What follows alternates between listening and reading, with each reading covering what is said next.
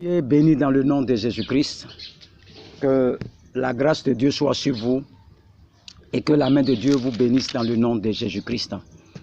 Nous sommes en train de voir un enseignement qui est très important, la mission de Jésus-Christ à l'enfer.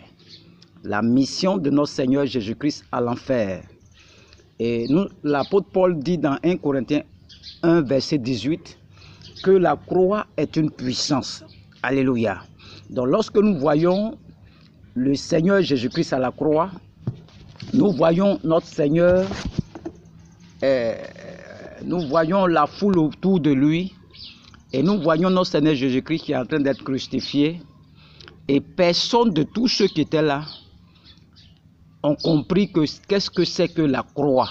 Même beaucoup de chrétiens qui nous écoutent, quand tu leur demandes qu'est-ce que c'est que la croix, d'autres vont te dire non, Jésus a pardonné nos péchés, il nous a purifiés par son sang, nous sommes libérés. C'est ce qu'on appelle la joie du salut.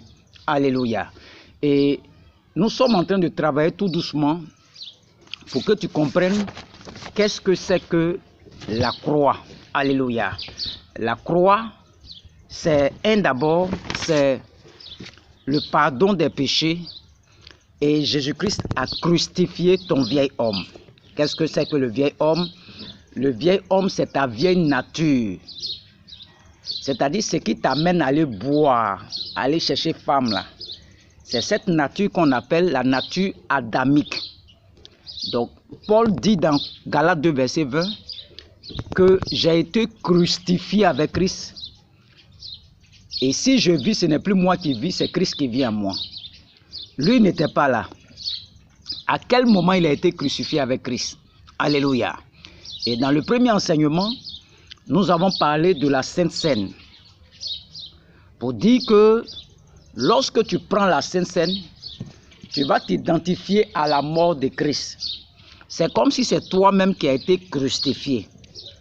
Alléluia. Donc quand tu prends la Sainte Seine, tu es crucifié, tu es enseveli, et tu es ressuscité avec le Seigneur Jésus-Christ. Donc quand tu acceptes le Seigneur Jésus-Christ, il y a de la joie dans le ciel. Alléluia.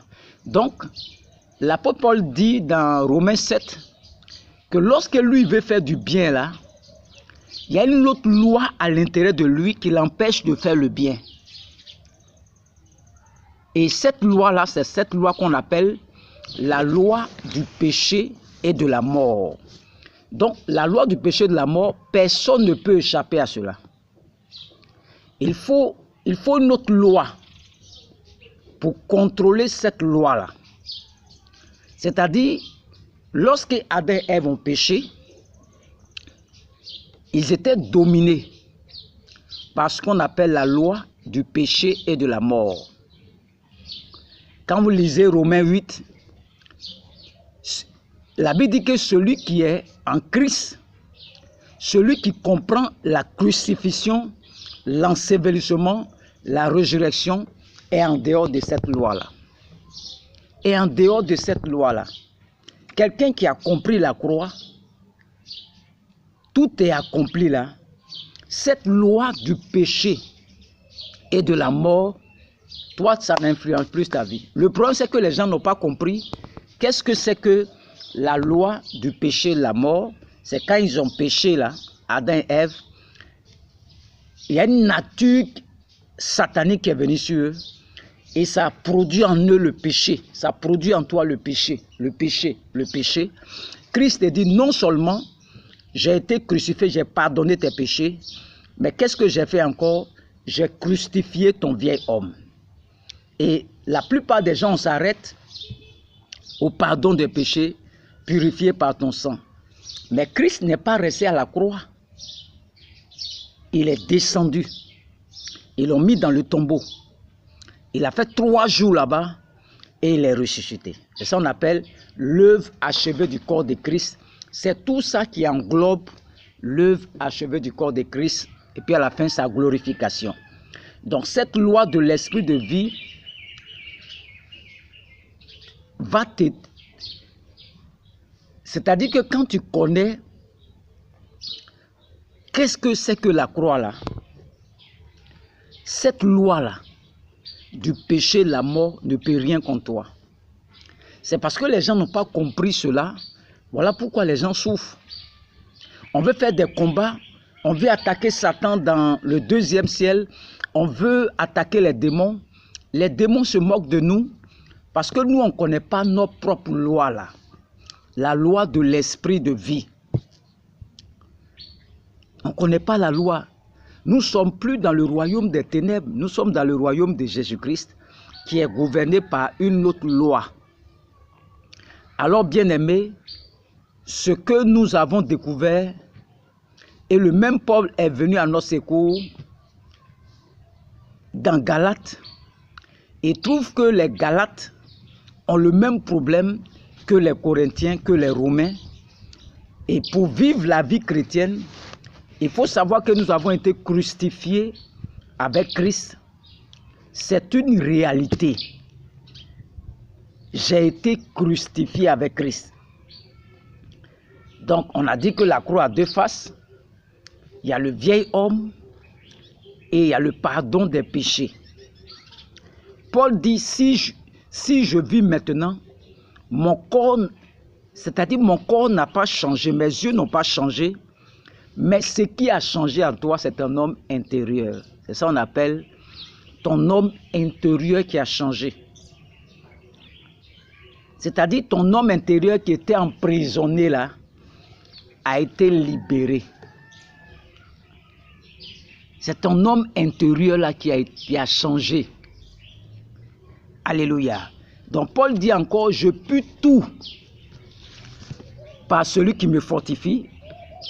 Paul dit, qui va nous séparer de l'amour de Christ? Donc, pour quelqu'un qui comprend la crucifixion de Christ, n'a pas peur des persécutions, parce qu'il sait que il peut tout faire par celui qui est en lui. Et il est plus que vainqueur, parce que Jésus-Christ habite en lui. Donc, les épîtres sont la révélation pour l'Église. Et l'Église laisse tout ça pour aller dans l'Ancien Testament. Lisez Hébreux 11. Lisez Hébreux 11, vous allez voir. Vous allez comprendre beaucoup de choses. Hébreux 11. Au lieu d'avoir les yeux fixés sur Jésus-Christ, les gens ont fixé leurs yeux sur Abraham, sur Isaac. Est-ce que ces gens-là ont compris ce qu'on appelle l'évangile? Nous voyons des gens qui parlent de l'onction d'Élie, l'onction d'Élisée. Ceux-là, ils n'ont rien compris. Ce qu'on appelle l'évangile. Toutes ces choses, c'était pour annoncer la venue du Seigneur Jésus-Christ. C'était des symboles pour symboliser. Mais nous ne sommes plus dans l'ombre. Nous sommes maintenant dans la réalité maintenant. Alléluia. Donc, le sang des boucs et des taureaux ne peuvent pas vous purifier. Ce sang ne peut pas purifier notre conscience. On a un autre sang qui est là, le sang de Jésus-Christ. Un sang qui est supérieur, qui peut purifier notre conscience. Nous laissons ce sang glorieux-là. Le sang là a vaincu Satan. Le sang a détruit les œuvres de Satan à la croix de Calvaire. Le sang est le moyen, est un moyen. Nous laissons cela. Nous tournons vers les Abraham, les Isaac. Eux, ils utilisaient le sang des boucs et des taureaux. Le sang là ne pouvait pas régler nos problèmes. Donc, l'Église a un problème grave. Les Abraham même qui sont venus là, ils n'ont pas pu nous aider. Ils sont morts. Tous ceux de l'Ancien Testament là, eux tous sont morts. Malgré l'onction d'Élie, onction de temps, ils sont morts quand même. Ils n'ont pas pu régler le problème. Eux-mêmes, ils cherchaient à voir Christ. Ils ont voulu voir. Eux, ils voyaient l'ombre. Ils ont voulu le voir, ils n'ont pas vu. Vous voyez? Ils ont voulu le voir, mais ils n'ont pas vu. Donc, la croix c'est la défaite de Satan. Colossiens 2, verset 13. C'est la défaite de Satan. Donc Satan a été dépouillé à la croix de Calvaire.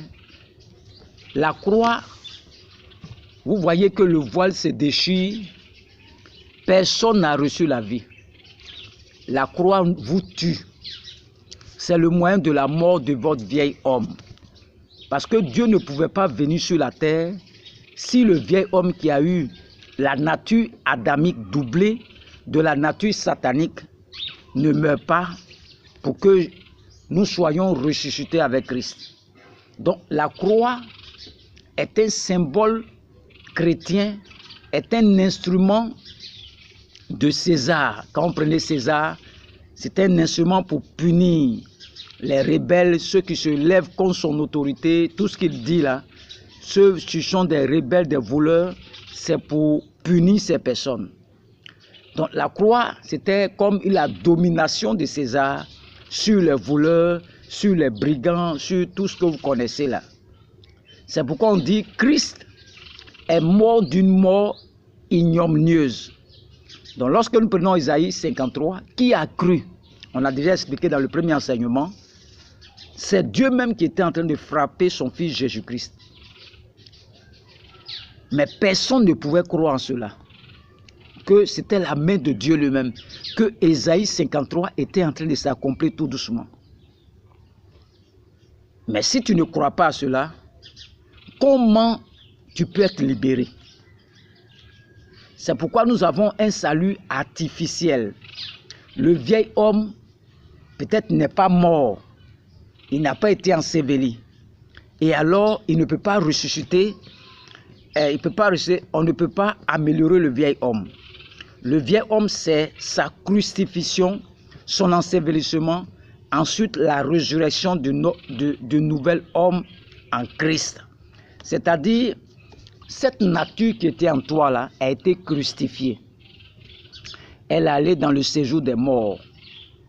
Elle est ressuscitée. Donc c'est un nouveau homme qui est né en toi en Christ. Tu es une nouvelle créature parce que celui qui était dedans avant là est mort. Moi je buvais avant, maintenant je ne bois plus. Cette nature qui était en moi là, elle est morte. Et je suis devenu maintenant une nouvelle créature. Les choses anciennes sont passées et toutes choses sont devenues nouvelles. Tant que tu n'acceptes pas ça là, tu vas faire délivrance sur délivrance. Parce que les esprits de famille arrivent à t'avoir. Pourquoi? Parce que tu ne comprends pas ce qu'on appelle la croix. Tu ne sais pas que toi tu as été crucifié. Tu as été identifié par la Sainte Seine. Quand on prend la Sainte Seine, c'est-à-dire que tu vas t'identifier à la mort de Christ. Tu as été crucifié, ta vieille nature, elle a été enterrée. Il y a une condamnation sur toi, donc tu es mort. Donc si tu vis maintenant là, c'est Christ qui vit en toi. Regarde quand Christ était sur la croix, son corps, son sang était crucifié. Le sang, les esprits de famille, l'iniquité, tout ce qui se trouve dans ta chair là, a été crucifié à la croix. Tu es libéré. Ce n'est plus toi qui vis. Donc quand un esprit de famille vient sur toi, comme tu ne connais pas ce qu'on appelle la croix là, ils vont te fatiguer toujours. Tous les efforts que tu vas faire là, tu seras toujours frustré. Le vieil homme a été crucifié. Il a été crucifié. Tu es mort des œuvres de la chair. Prenez même la liste même des œuvres de la chair, là. La colère, l'impudicité. Si tu veux, là, il faut prier pour chasser la colère. Tu vas voir, quand la colère va partir, il y a l'impatience qui va venir. Quand tu vas chasser l'impatience, il y a les pensées impures qui vont venir. C'est quand tu vas sortir dedans. Mais le jour où tu vas comprendre que ton vieil homme qui produisait la colère, qui produisait l'impatience, qui produit les pensées impures là, il est resté dans le tombeau, tu es libéré. Donc si tu veux régler les œuvres de la chair, on ne peut pas améliorer le vieil homme. On ne peut pas le maîtriser. Il y a des gens qui sont dans l'église. C'est les gros chercheurs de femmes. Il a arrêté. Un matin, il reprend encore. Pourquoi? Parce qu'il ne sait pas que son vieil homme a été crucifié, que ce n'est pas lui qui vit, c'est Christ qui vit en lui. Il n'a jamais accepté ça. Donc vous allez voir ces personnes, ils rechutent encore.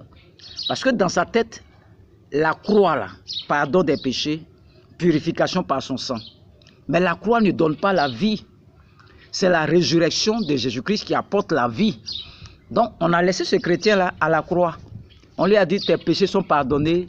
Maintenant, là, tu peux venir à l'église, tu peux faire tout ce que tu veux. Mais après, il constate que sa vie, là, il est en train de lutter, jeune, il fait tout. Mais il n'a jamais accepté que son vieil homme a été crucifié. Il va prier pour chasser la colère, il va prier pour chasser l'impatience, l'impudicité, toutes ces choses. Mais il voit qu'après il rechute dedans, il pense que ce n'est pas le jeûne, la prière. Non! Christ a déjà fait ça déjà pour toi. Tu dois simplement accepter la parole. Et dire, le problème de l'église, c'est le manque de connaissance. Donc au lieu de prier pour chasser la colère là, on dit on ne peut pas améliorer le vieil homme. On ne peut pas le maîtriser. Celui qui produit ça en toi là. Mais il faut que tu acceptes seulement qu'il a été crucifié à la croix, qu'il est resté dans le tombeau, que ce n'est plus toi qui vis là. Si tu acceptes ça là, tu es libéré des esprits de famille qui se lèvent. Ton papa a péché, ta grand-mère a péché. Mais si tu n'es pas mort là, est-ce qu'un esprit de famille peut te réclamer? Donc pendant que tu fais des prières, Satan rit. Nous voyons le corps de Christ en train de faire des prières inutiles, les prières de l'Ancien Testament. Mais ils ne font pas les prières du Nouveau Testament, parce qu'ils ne comprennent pas ce qu'on appelle la croix. Donc au lieu de venir chasser, détruire les autels de famille qui influencent ta vie, il faut accepter que ton vieil homme là, ta vieille nature là, qui produit le péché en toi là, est restée dans le tombeau. Le jour où tu vas accepter ça, tu es libéré. Donc le seul moyen, c'est la mort. Alors si nous comprenons cela, nous allons nous asseoir et vérifier la parole là. Qu'est-ce qu'elle dit? On m'a dit de faire offrande, j'ai fait. On m'a dit de faire offrande chaque année, j'ai fait. Mais malgré tout ça, ma vie ne change pas. C'est parce que tu ne comprends pas le Nouveau Testament là. Donc nous avons des chrétiens remplis d'Ancien Testament, Nouveau Testament. Les deux sont en toi en même temps. Ce qui fait que tu es déséquilibré. Parce que tu ne sais pas ce que Christ a fait pour toi à la croix. Il faut lire la parole, comprendre qu'est-ce qu'il a fait. C'est à cause de ça qu'on est à l'église. Dieu nous parle à travers sa parole. C'est quel prophète qui vient te parler? Satan a été dépouillé par la croix et Jésus-Christ par sa mort nous a libérés du pouvoir de Satan. Lorsque Christ est mort, la mort de Christ à la croix, il y a un autre événement qui s'est passé. Il y a quelque chose d'autre qui s'est passé. Parce que le thème c'est la mission de Jésus-Christ à l'enfer. Quand il est mort là, il y a quelque chose d'autre qui s'est passé que tu dois savoir.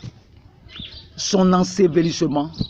Donc quand Christ a été enseveli là, c'est-à-dire exactement, on va voir chaque être humain à combien de parties. Chaque être humain à combien de parties. Alléluia. Chaque être humain a combien de parties. Quand nous prenons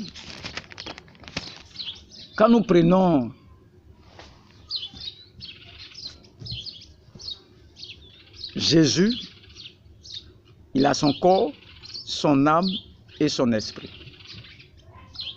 On prend Luc 23, verset 46, dit quoi? Père, je remets mon esprit entre tes mains. Et en le disant ces paroles, il mourut, il expira. Donc ça veut dire Jésus qui est à la croix là.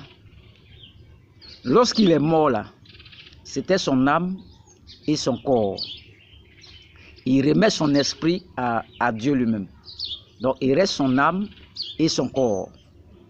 Donc, quand nous prenons Jésus-Christ, la souffrance de Jésus à croix là, c'est la même manière que les deux bandits, les deux voleurs qui étaient... C'est la même souffrance. Ils ont été perforés et tous. Donc, si tu t'arrêtes sur le physique seulement là, c'est que la mort des deux bandits aussi est une rédemption. Parce que de la manière Jésus-Christ souffrait à la croix là, les deux voleurs aussi, c'est la même souffrance. C'est le même point qu'on a pour percer les mains, les pieds, tout ça, c'est la même chose. Donc, ils avaient les mêmes souffrances. Pour ceux qui sont des chrétiens sentimentaux, ils ne comprennent pas la croix là. Les deux bandits là, pourquoi vous ne pleurez pas pour eux aussi? Ce n'est pas un truc physique. Ce n'est pas quelque chose qui est physique. Ce n'est pas quelque chose qui est sentimental. Si tu veux pleurer aussi, il faut pleurer aussi pour les deux bandits qui étaient à la croix. Il faut pleurer pour eux parce que et tous sont morts de la même atrocement et tous. Donc c'est que pour eux aussi c'est une rédemption aussi. C'est pourquoi dans 2 Corinthiens 5 verset 21, il dit celui qui n'a point connu le péché, il a fait devenir péché pour nous afin que nous devenions en lui justice de Dieu. Donc Dieu a fait Jésus-Christ, a mis le péché sur notre péché, a pris le message sur Jésus-Christ. Donc ce n'est pas une histoire, ce n'est pas la mort physique de Jésus ne peut pas enlever nos péchés. Les deux bandits aussi sont morts sur la croix. Dans le christianisme, Jésus a souffert pour nos péchés. Ça ne change rien. Ça ne peut pas nous sauver. Jésus dit tout est accompli. Il ne parle pas de sa mort physique. C'est-à-dire le programme de Dieu là est accompli. Depuis qu'il a annoncé tout dans l'Ancien Testament là. Tout ce que Dieu a dit là, c'est accompli. Donc la mort de Jésus-Christ ne peut pas nous sauver. Il est encore à la croix. Ça ne peut pas sauver quelqu'un. Donc c'est un processus. C'est le programme de Dieu là qui est en train de s'accomplir. Donc le corps de Jésus-Christ est allé dans le tombeau. Son âme est allée où? Jésus maintenant est devenu pécheur. Son âme aussi est allée dans le séjour des morts. Et quand Jésus-Christ dit aux bandits, là, l'un des bandits que on va se retrouver au paradis, là.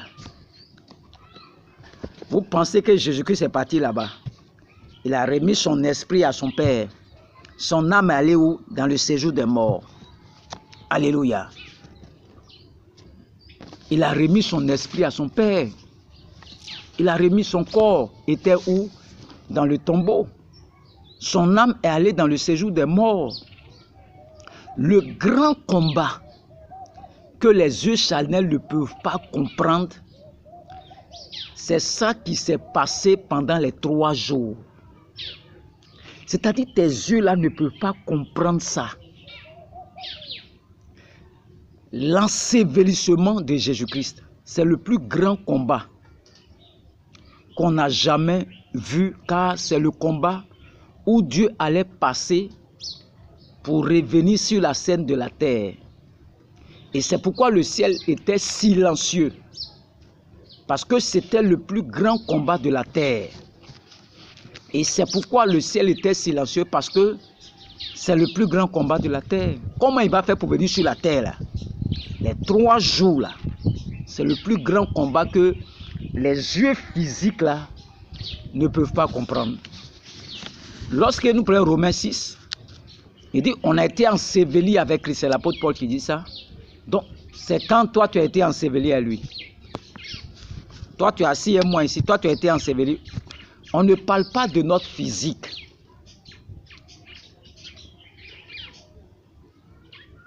On ne parle pas de notre physique.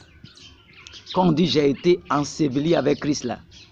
Sinon, la mort de Jésus-Christ allait être semblable à la mort de Lazare, à la mort de le fils de la veuve de Naïm, la fille de Jairus. Ça allait être les mêmes morts. On ne parle pas du physique, de ton physique là, on ne parle pas de ça. Ça n'a rien à voir. leur résurrection n'avait aucun impact sur Satan. Ça ne dérangeait pas Satan. Ils sont sortis du tombeau rapidement parce que ça ne dérange pas Satan. C'est la résurrection de Christ qui est importante. Sinon pour les Lazare, pour la fille de Jairus, le fils de la veuve de Naïm, leur résurrection ne dérangeait pas Satan. Donc ce n'est pas la même chose. On ne parle pas du physique. On ne parle pas du physique. Qu'est-ce que Jésus-Christ est allé faire dans le séjour des morts là? C'est Jean qui a commencé à comprendre certaines choses dans Apocalypse 2. Il nous a donné la révélation dans Apocalypse 2, vous pouvez lire après. Apocalypse 12, le ciel était fermé. Donc Satan montait au ciel à cause du sang des boucs et des taureaux. Donc depuis que le sang de Jésus-Christ a été versé, la porte du ciel est fermée pour Satan. Il n'a plus droit de monter au ciel. Jésus-Christ a purifié le ciel. Alléluia. Lisez Hébreux 11, 12, vous allez comprendre. Jésus a purifié le ciel de tout ce qui était souillure. Donc, il ne peut plus avoir d'accusation dans le ciel. Parce que vous voyez les fils de Job. Job a tellement souffert. On dit Satan montait pour aller les accuser. Laisse-moi le toucher, tu vas voir Seigneur, tu vas voir si tu crains vraiment. Ça c'est Job. Donc Satan montait parce que les gens utilisaient le sang des boucs et des taureaux pour aller les accuser ce Dieu là-bas. Donc quand le sang de Jésus verse sur la terre, le ciel se ferme. Satan ne peut plus accuser quelqu'un. Voilà pourquoi on dit qu'il n'y a plus de condamnation pour ceux qui sont en Christ. Le sang est versé. Le ciel a été libéré par le sang de Jésus-Christ. Satan ne peut plus monter. Donc on dit maintenant qu'il ne peut plus aller nous accuser. Les gens ne comprennent pas encore. Donc arrêtez de presser les choses. Satan vous accuse. Satan vous accuse. Satan vous accuse. Ce n'est pas vrai. Le sang de Christ est là. Si tu pêches, tu confesses ton péché et Christ est fidèle pour te purifier. La vie chrétienne, on a mélangé l'Ancien Testament, on a mélangé le Nouveau Testament. Il y a tout dans notre vie. Il faut faire une offrande. Rapidement, je vais prier pour toi. Tu seras libéré. Quand ils vont prier, il y a une porte qui s'ouvre et après tu rechutes encore. Ça, c'est l'Ancien Testament. Donc, Apocalypse 1, verset 17-18, vous pouvez le lire après. Qu'est-ce que Jésus-Christ est allé faire dans le tombeau là? Le séjour des morts là. Son âme allait chercher quoi là-bas? On va lire Apocalypse 1, verset 17-18. C'est une formation, vous pouvez faire les recherches après. Apocalypse 1, verset 17-18 dit quoi? Quand je le vis, je tombais à ses pieds comme mort. Il posa sur moi sa main droite en disant, ne crains point, je suis le premier et le dernier et le vivant. J'étais mort et voici je suis vivant au siècle des siècles. Je tiens quoi? La clé de la mort et du séjour des morts. C'est ce que vous devez comprendre. C'est-à-dire, quand Jésus-Christ, son âme allait dans le séjour des morts, là, il allait chercher quoi? La clé de la mort et du séjour des morts. Et tu ne te poses pas la question pourquoi elle allait prendre ça. Depuis que tu es à l'église, là, pourquoi il s'en prend la clé là, et puis dans le séjour des morts là? Il veut te dire, quand tu meurs là, normalement tu vas à l'enfer. Lui il fait quoi? Il a la clé. Il va ouvrir, te prend et puis t'envoie au paradis. Donc Satan, puisque ton sauveur tient les clés là, de la mort là, pourquoi toi tu as peur de la mort? La clé maintenant se trouve avec Jésus-Christ. Si tu meurs là, Il y a d'autres qui ont peur. Quand je vais mourir, je vais partir où? On te dit que la clé là se trouve dans la main de Jésus-Christ. Donc la vie chrétienne là, c'est une vie de joie. On ne s'inquiète plus de la mort. C'est-à-dire la mort n'a plus de pouvoir sur nous. Ça ne nous dit plus rien, la mort. Parce que si il meurt aujourd'hui, il n'y a pas quelqu'un qui ne va pas mourir sur la terre. Là. Mais c'est une garantie parce que la clé se trouve dans la main de mon Seigneur. Pourquoi je vais m'inquiéter encore? Si la clé est chez Jésus-Christ. Donc ça veut dire qu'il remet son esprit à Dieu. Et puis son âme là, le corps reste dans le tombeau. Son âme va dans le séjour des morts pour aller prendre la clé dans la main de Satan. Maintenant là, le chrétien là, il s'en fout. Parce que même s'il meurt là, Jésus-Christ vient le sauver. Il a la clé. Il doit aller à l'enfer. Jésus-Christ vient le prendre pour l'envoyer au paradis. Voilà pourquoi son âme est restée dans le séjour des morts. Beaucoup ne comprennent pas pourquoi Jésus-Christ, son esprit est parti chez Dieu. Son âme allait chercher la clé là. Donc, Hébreux 2, verset 14 dit quoi? Ainsi donc, puisque les enfants participent au sang et à la chair, il y a également participé lui-même, afin que par sa mort, il anéantisse celui qui a la puissance de la mort. Vous voyez?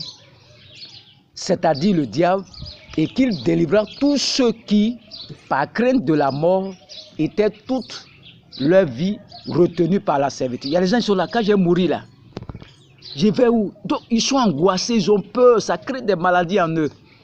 Jésus-Christ te rassure, la clé est avec moi maintenant. Donc par sa mort, il a anéanti, non seulement il a réduit la puissance de Satan, mais il te propose de sortir de la servitude, de l'esclavage, de la peur de mourir là. La clé est chez Jésus. Donc je crois que si nous comprenons ces choses, nous allons être remplis de vie, de joie dans ce monde. Si tu comprends ça là, tu seras rempli de joie. Le jeûne et la prière n'annulent pas votre mort. Il faut jeûner. Tu vas mourir. Même Ézéchias, Dieu lui a donné 15 ans de plus, il est mort. Les Lazare sont morts après, fils de la veuve, la fille de Jaïr, tous ceux-là sont morts. Donc, la clé maintenant se trouve avec Jésus-Christ. Donc maintenant là, je suis tranquille. S'il meurt là, je vais où? Je vais au paradis. Parce que la clé n'est plus chez Satan. Il ne peut pas t'envoyer la faire. C'est Jésus qui a la clé. Il a arraché ça dans la main de Satan. Donc Hébreux 9, verset 12, c'est quoi? Et il est entré une fois pour toutes dans le lieu très saint, non avec le sang des boucs et des veaux, mais avec son propre sang, ayant obtenu une rédemption éternelle. Donc quand il est ressuscité, Marie voulait toucher ses pieds. Elle dit non, je ne suis pas encore monté chez le Père pour lui présenter mon propre sang là. Quand je vais finir maintenant là, donc il a obtenu une rédemption éternelle. Tout est maintenant dans la main de Jésus-Christ. C'est-à-dire, maintenant là, on dit qui a cru à ça? Ésaïe 53, verset 10. Qui a cru à ce que Dieu était en train de faire là? De prendre le pouvoir dans la main de Satan. Les clés du séjour des morts, de la mort du séjour des morts là, lui donner le pouvoir sur l'humanité. Jésus-Christ prend ça, il va présenter maintenant son sang à Dieu. Et maintenant, il a obtenu une rédemption éternelle. Maintenant là, c'est lui qui a tout le pouvoir maintenant. Il a plein pouvoir. S'il veut, tu meurs aujourd'hui. S'il veut, tu meurs demain. C'est Jésus-Christ qui a tout le pouvoir. Parce que la clé de la mort et du séjour des morts, Apocalypse 1, verset 17-18, la clé là se trouve avec lui. Beaucoup lisent, on dit Jésus-Christ est allé dans le tombeau, ils ne savent pas ce que ça veut dire. C'est à cause de la clé là. Et quand toi tu vas mourir maintenant là, maintenant tu n'as plus peur de mourir. Parce que quand tu vas mourir, il va venir te chercher. Donc tu marches sur la terre là, tu es dans la joie. Tu es dans la joie sur la terre, parce que même s'il meurt là, je m'en vais au paradis. Donc le chrétien marche maintenant dans la victoire. la clé du séjour des morts et de la mort n'est plus avec Satan. Donc, je meurs aujourd'hui, même si j'ai fait accident. Donc, ça produit en moi la joie. Mais si tu ne comprends pas ces choses-là, oh, tu seras toujours inquiet. Je vais reprendre cet enseignement encore sous une autre forme pour que vous compreniez encore. Donc, regardez ce qui s'est passé. La résurrection donne. La crucifixion nous donne quoi? La réconciliation avec le Père nous rapproche de Dieu. La crucifixion a enlevé la barrière entre Dieu et nous. La crucifixion, guérison des malades, malédiction enlevée, le péché est ôté. C'est ça la crucifixion, mais ça ne donne pas la vie. La crucifixion ne donne pas la vie. C'est la résurrection qui est la source de vie. Alléluia. Donc beaucoup de chrétiens sont rentrés dans les choses qui ne sont même pas importantes. Il faut travailler, il faut gagner des âmes. C'est bon, mais ce n'est même pas important. Lui-même, la nuit, ce chrétien-là, il est tourmenté. Il n'a aucune assurance. Il n'a aucune assurance. Il parle. Vous les voyez, quand on est chrétien, on est heureux. La vie chrétienne est la réalité. Lorsque nous prenons Jean 20, verset 9, c'est un enseignement, je vais le reprendre, ne t'inquiète pas, sous une autre forme. Jean 20, verset 9 dit quoi? Jean 20, verset 9 dit quoi? Car ils ne comprennent pas encore que, selon l'Écriture, Jésus devait ressusciter des morts. Vous voyez? Même les disciples n'ont jamais compris ce qu'on appelle la crucifixion, même ni la résurrection. Ils n'ont jamais compris cela. Donc quand ils sont allés, c'est Jean qui a cru. Quand ils sont allés au tombeau là, il y avait Jean et Pierre. Jean, lui, l'a cru, mais Pierre, lui, secouait sa tête. Il remuait sa tête. Donc Jésus-Christ est ressuscité, c'est quoi? Si devant les difficultés, tu recules, donc tu n'as pas compris ce qu'on appelle la résurrection. C'est pourquoi lorsqu'on dit à Thomas, Thomas dit lui ne croit pas aussi. Tant que lui ne l'a pas vu, lui ne croit pas. C'était étonnant. Eux tous, tout ce que Jésus-Christ leur enseignait, ils n'ont pas cru. 1 Corinthiens 15, verset 14. 1 Corinthiens 15, verset 14 dit quoi? 1 Corinthiens 15, verset 14 dit quoi? Il dit, et si Christ n'est pas ressuscité, notre prédication est donc vaine et votre foi aussi est vaine.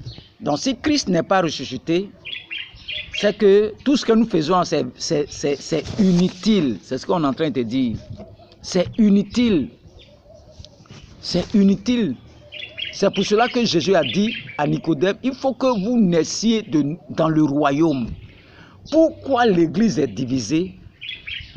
Parce que l'Église n'a pas compris. Qu'est-ce qu'on appelle le royaume? Répentez-vous, Jean-Baptiste, répentez-vous, car le royaume de Dieu est proche. Nous sommes, c'est-à-dire Romains 5, c'est la chute adamique qui a amené l'humanité dans le péché et la mort. Mais Romains 5, verset 17, notre salut, ce n'est pas sauver et puis aller au paradis, là. Ce n'est pas ça seulement. Maintenant, nous sommes des enfants de la lumière. Nous avons été transférés. Quand on dit sauver, là, c'est-à-dire qu'ils étaient dans le royaume de Satan. Donc, tu as été sauvé. Tu as été transféré dans le royaume de la lumière. C'est ça qu'on appelle sauver. Beaucoup de chrétiens disent, non, nous sommes sauvés. Ils ne savent même pas ce que ça veut dire. Tu étais dans le royaume de Satan. Colossiens 1, verset 13, nous a transférés dans le royaume de lumière. Donc nous sommes dans le royaume de Jésus-Christ, en qui nous avons la rédemption. Il a obtenu la rédemption éternelle. La rémission totale des péchés. Pourquoi j'ai dit confesser les péchés de mes parents toujours? Voilà ce que Jésus-Christ a amené sur la terre. Le Christ est ressuscité, le royaume de Dieu, et dans ce royaume, nous devons naître là-dedans si nous ne sommes pas nés là-dedans, nous sommes hors sujet, frères et sœurs. Si tu ne sais pas que tu es dans un royaume là, c'est-à-dire le seul pouvoir que tu donnes à Satan, c'est ce que tu le laisses faire dans ta vie. Parce que tu ne sais pas que maintenant tu es dans un autre royaume, chrétien qui est né de nouveau, n'a plus de passé. Quel passé encore? C'est quand tu étais dans le royaume des ténèbres, tu avais un passé. On dit tu es né de nouveau. Tu n'as plus de passé. Alléluia. Croyez ce que Dieu dit de vous. Vous êtes transférés dans un nouveau royaume. Vous êtes dans le royaume et Christ est au milieu de vous. 1 Jean 4, verset 4. Dès que le voile a été déchiré, le grand Dieu habite en vous. La mentalité du royaume, c'est de croire ce que Dieu dit. Sa résurrection est une réalité. N'ayez aucun doute et croyez, frère. Jésus-Christ là, t'a transféré, ça on appelle la glorification. Il y a la crucifixion, il y a l'ensevelissement, il y a la résurrection et il y a la glorification. Maintenant, tu n'es plus dans le royaume de Satan et t'a transféré. On dit, vous avez été sauvés. La clé du séjour des morts, si je meurs même, je n'ai pas le droit de m'inquiéter parce que Jésus va aller me chercher là-bas. Il a la clé maintenant. Il a tout le pouvoir. Ça est dans sa main maintenant. Donc un chrétien doit être en joie. Tu ne dois pas avoir peur de mourir. Tu vas mourir forcément. Donc la mort, ce n'est plus un souci pour le chrétien. Parce qu'il sait que la clé se trouve dans la main de Jésus-Christ. Apocalypse 1, verset 17-18. Ça, c'est l'apôtre Jean qui a commencé à comprendre un peu. Il a commencé à comprendre un peu. Ah, la clé se trouve dans la main de Jésus-Christ. Quand on voit les Étienne, ils sont en train de le lapider. Il dit, je vois le ciel ouvert. Je vois le Seigneur assis à côté de mon Dieu. C'est parce que c'est que quand il va mourir là, Père, pardonne-leur. Tu vois, quelqu'un qui va à l'enfer va dire à quelqu'un, il faut les pardonner. Regardez ceux qu'on veut tuer là. Les femmes qu'on tue, il faut voir par qu'elles déposent sur ces personnes-là. Elles les maudissent avant de rentrer. Parce qu'elles savent qu'elles sont à l'enfer. Mais nous les chrétiens là, si tu me tues aujourd'hui, la clé là, ça est dans la main de Jésus-Christ. Il va aller me chercher. Ça on dit, la mission de Jésus-Christ dans l'enfer, c'était d'aller prendre la clé du séjour des morts, la clé de la mort. Maintenant, si nous les chrétiens, nous mourons là, il vient, il te prend et puis t'envoie au paradis. Et il t'a transféré dans le royaume, c'est ça qu'on appelle la glorification. Il t'a pris dans le royaume des ténèbres et il t'a envoyé dans le royaume de Jésus-Christ, le royaume de lumière. Jean-Baptiste a dit, repentez-vous, car le royaume de Dieu arrive. Le royaume est là, tu es dedans, tu n'as plus de passé. Si tu es un ancien soula là, ça n'existe plus. Tu es mort, tu es une nouvelle créature. Les autels de famille, les esprits de famille, liens de sang, liens de quoi, ça n'a plus d'importance sur toi. Parce que tu as grandi, tu as mûri. C'est quand on est ignorant, quand on est bébé spirituel, qu'on fait ces choses. Mais tu dois grandir dans la connaissance. Non, mon grand-père a péché, ma grand-mère, mais toi tu es mort. Toi tu es le représentant. Dites, c'est plus toi qui vis, c'est Christ qui vit en toi. Tu es dans un nouveau royaume. Tu es dans le royaume de lumière.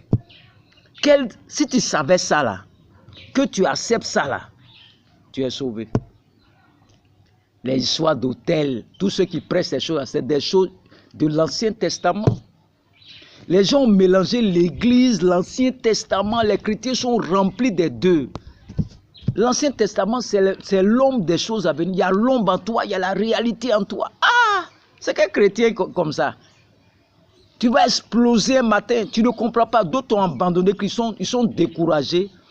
Parce que la vraie délivrance, c'est la parole de Dieu lui-même. C'est ça qui délivre. Tu vas faire toutes sortes d'offrandes. Il faut faire l'offrande que tu veux là, chaque année. Le jour où tu n'as pas fait là, tu vas voir tout se ferme sur toi. C'est ce que les gens ne comprennent pas là. Quand la parole te libère là, moi comme ça là, je ne fais plus ces choses. Même si c'est le Dieu même qui t'a parlé, il ne peut jamais violer sa parole. Il faut te baser sur la parole du Seigneur. Il faut écouter la parole du Seigneur. Mets ta confiance dans la parole du Seigneur. Arrête de discuter. Que Dieu même te bénisse. Je vais reprendre cet enseignement sous une autre forme pour que tu comprennes cet enseignement. Donc soyez à l'écoute, partagez ces enseignements, Il y a d'autres enseignements que j'ai donnés sur la page. Vous pouvez faire les recherches, vous pouvez aller sur ma page, vous allez voir plein d'enseignements, vous allez comprendre beaucoup de choses sur la croix, sur beaucoup de choses. Que Dieu vous bénisse au nom de Jésus-Christ. Amen.